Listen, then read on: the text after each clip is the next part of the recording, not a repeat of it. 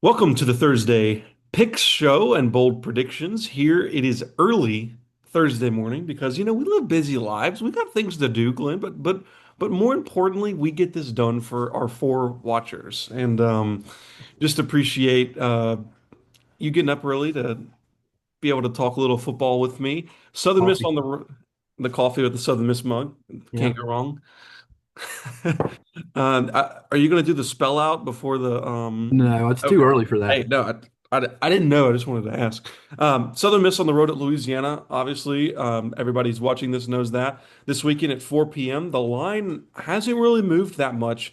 Moved a point, a half a point since the last video we did. So Southern Miss now a 3.5 point favorite. They were a 4 point favorite. Glenn, we've had a little bit to kind of dissect over the week. This Louisiana team, 2-4. But a lot better, I think, than their record indicates, especially since they're going to get a couple players back from injury. What is kind of stands out to you about their offense? With that said, since last night when that injury report came out, it's changed a little bit. They'd already lost their right tackle, who was an all conference guy for the season, so he's gone. They're playing a redshirt freshman in that spot. Their starting left guard apparently, I think it's Caden Moreau, got hurt at JMU last week. He is probably not playing, and their right guard, who is also a All Sun Belt player, is listed as questionable. So that gets interesting right there, and maybe kind of changes my perspective on how this game's going to go. They're getting thin up front. Especially with the way that Southern Miss's defensive line has played over the past couple of weeks. If they come out and play like they did against Georgia Southern in that first half, I feel like JC French, almost every play in the first half, he would just had a guy in his face.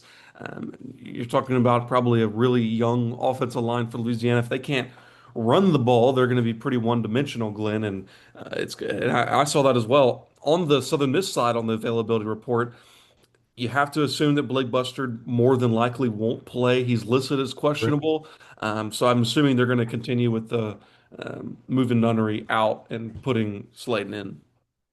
Yeah, they're going to have Nunnery at left tackle, and Cooper Frazier Yeah. looks like he's going to probably has locked down that left guard spot. I think he's going to help solidify that left side. Big, powerful, smart kid who was a center at Samford last year. I like him there. He was going to be the starting left guard coming out of fall practice, but had a little knee injury that kept him out of the first 2 or 3 games. But he's back now.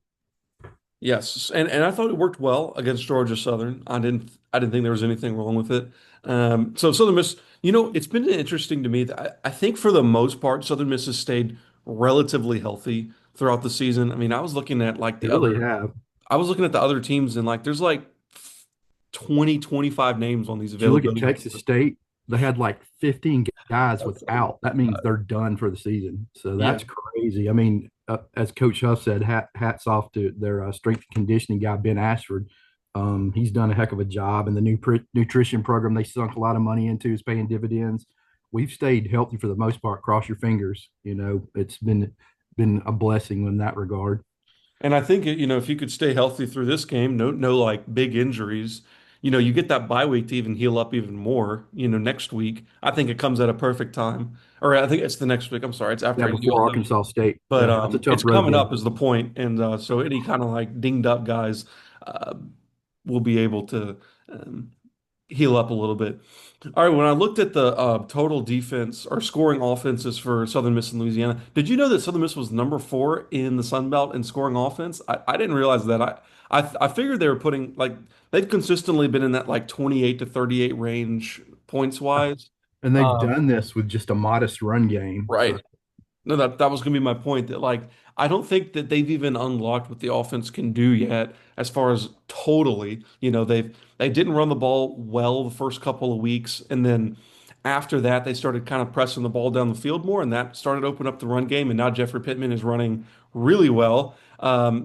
Louisiana on the other hand is ninth in the league in scoring offense, but in total offense, Southern Miss ranks five and Louisiana ranks 12. I went back and I watched the highlights of the Louisiana James Madison game. Kind of what James Madison did was they really just kept one player on lunch, Winfield, almost the entire game as almost a QB spy. And he only had um, 15 attempted runs, 23 yards. Now I think that's with sacks. I don't think they took the sacks yardage out of there, but I think that would be the play here, Glenn, that you keep maybe a Michael Montgomery, Chris Jones type of guy in a QB spy, so Lunch isn't going to kill you with his legs because I don't really think they're going to threaten Southern Miss running the football, especially with the offensive line uh, injuries they Yeah, have up the only front. caveat with that thought is they get their stud running back Xylon Perry back this week, so well that'll be interesting. But yeah, behind I don't care how good you are at running back if you don't block it, to your point, yeah. But the only interesting thing is getting Perry back. He's a big physical back. We'll see how that plays out. But yeah, I mean to JMU, that is easily the best run defense and probably the best total defense in the conference. And they couldn't run the ball on them, but uh, Lunch Winfield was able to throw the ball, not great, but enough. Two touchdown passes, and My dog's squeaking her dog toy. I'm sorry. oh, I don't even hear it. Let her have a good time. It'd probably be the best part of this whole video. But um, yeah, I mean, just let's just get this out there. Lunch Winfield scares the crap out of me. I mean, I saw him play in high school. I thought he was going to be a D1 safety or running back, so he has that skill set. Legit 4.5 speed. If you let him get out of the pocket, we like Coach Huff said, we face scramblers. Dare's the star of the show. We face scramblers, but we have not faced a home run threat in terms of a quarterback being able to take it to the house. That's what this guy has, and he's getting better and better each week as a passer. He's only had one start, so he scares me, man. So if you make a mistake with him, he can hurt you. And this is also, I think, going to be his first home start as well, and it's It is. homecoming. So I think there's an added element there that's different. It's of course against Southern Miss, and the history of the rivalry there is going to be important. I look back to that Jacksonville State game, Glenn, when you're talking about running quarterbacks with their backup quarterback, and literally their entire offense was just run left, one right, and then run left with this backup quarterback. 23 attempts, 161 yards, one touchdown.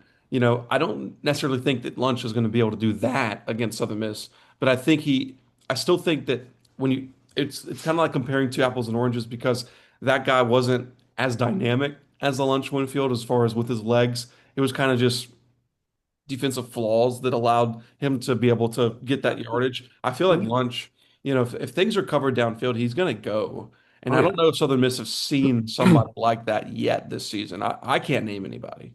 Yeah, and as Coach Huff alluded to, if they decide to go empty or put us in a position where we're man across the board, you don't want to turn your back to that guy because he's going to Yeah, just run counter, take a step back, and take off. That's what the guy from Jacksonville State did. They kind of abandoned their offense and just went to counter and counter and stuff like that. Just like you said, a high school offense, and it punished our.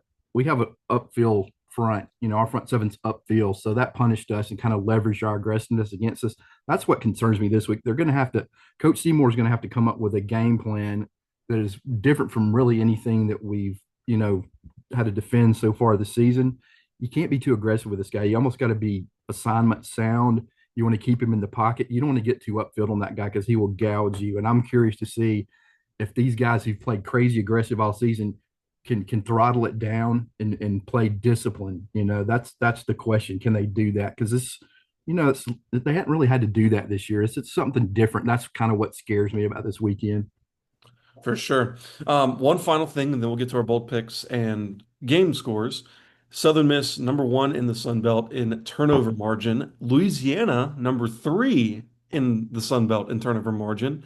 The difference is Louisiana forces fumbles and Southern Miss forces interceptions. Something's got to give, Glenn. We might be seeing a lot of turnovers in this game because Louisiana really doesn't turn the ball over that much. Their margin is, 0.17, which I guess isn't great, but I mean, Southern Miss's margin is 1.33. So, you kind of give and take. I think Southern Miss's strength on defense is being able to get takeaways, kind of like a bend don't break thing.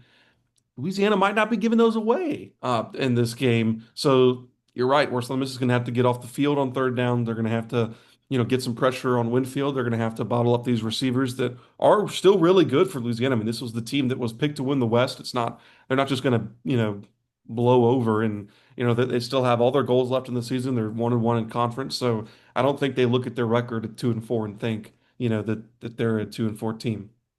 No, I think they got the going in with the attitude that it begins this week with Yeah. Southern Miss and to the turnovers. I mean, Southern Miss is confused quarterbacks. They pressure quarterbacks, got the picks, and then turnover margin is one of the greatest predictors of victory. In football on any level, and Southern Miss has obviously been awesome at that, and it's kind of been their saving grace on defense because they have given up yardage and they have given up some points, but being able to get the ball back, and that sudden impact, giving it back to your offense, that's been huge for Southern Miss, and it needs to continue this weekend versus a quarterback making his second career start. He's Yeah. super athletic. Let's confuse him, not necessarily the pressure thing, because I'm scared to get out of the pocket. You just need to give him different looks and disguise for him and continue to change it up on him. And I think this is going to be a crazy football game. I think this is going to be a high scoring, Yeah. whoever has the ball last kind of crazy game. For sure. All right, let's get to some bold predictions. You know, when I think about this game, I'm kind of with you. So the line is 53 and a half as far as the total. Give me your bold prediction, what you think could happen. This isn't a game pick, of course, if people are watching these videos before. This is a bold prediction. What's your bold prediction, Glenn? Like I said, I think it's going to be high scoring. Wild games with these two teams are wild anyway. High scoring affair, close game. Um, I think Southern Miss, if they win this game, they win it on a special teams kind of big pop play, like a big punt return or a kickoff return or a recovered muff punt or something. I think special teams is gonna, have to flip the script for Southern Miss on the road. And I think they have the ability to do that. They've got great return guys. They haven't popped one yet, but it's coming. All right. Glenn is predicting a special teams touchdown for the Golden Eagles in his bold prediction. And My that's bold that's pretty bold. I know. I honestly can't remember the last time it happened. Um, I mean, I guess you would say the punt block against Jackson State. Yeah, something along those Yeah. lines in Yeah. special teams. Right. Okay. All right. So special teams touchdown for Glenn. I'm going to go on the defensive line part. I think they're going to get 5 sacks. 5 sacks against Winfield. I think I'm with you in looking at the Sunbelt availability report last night. The Louisiana offensive line is crushed. I mean, and I think that's going to decide the game right there. I don't think they're going to be able to run the ball well. I know they're getting their starting running back, but with the way this defensive line has played over the past 2 weeks, and if they play like they did at least in that first half against Old Dominion, not Old Dominion, Georgia Southern, I don't know how Louisiana can move the ball as far as running it. And I don't think Winfield has seen a defensive line like this, other than James Madison, and they really couldn't move the ball well against James Madison. Let me So throw out five one sacks. some one weird caveat to end it. Somehow, by the grace of God and healing, Walker Howard has been able to practice this week. He Yes, was I their saw that on starting Twitter. quarterback, so don't be. It's not out of the realm of possibility if Lunch is having a tough day for this guy to come out on the field. That would be. I mean, it could be part of the storyline, so you don't forget that. Yeah, that would be a story. I did see that on Twitter, and I could see him like lining up like as a running back, and they like do a toss, or maybe he chunks it down the field. It's possible. I think they have to prepare for it. Yeah, you must prepare for it. Especially since he said he was practicing live reps, which is interesting. Okay, so game picks. I will be in Lafayette. Glenn is going to be kicking back, drinking his coffee out of his Southern Miss mug and watching the game. Saturday at 4 o'clock. On the road at Louisiana, ESPN Plus. Southern Miss is a 3.5 point road favorite. The over-under is 53 and a half. Glenn, what is your game score? I think we beat the over on a high scoring game. I think it's going to be a 3 point game. I'm not going to predict the score in this one because it's just too crazy. I've been over it in my head a million times and come up with 10 different scores. So I'm just going to say it's going to be a crazy high scoring affair. And you got Southern Miss winning or Louisiana winning? I got Southern Miss winning because it's Southern Miss. Yeah. Yeah, I'm going to pick Southern Miss 35 to 28. I think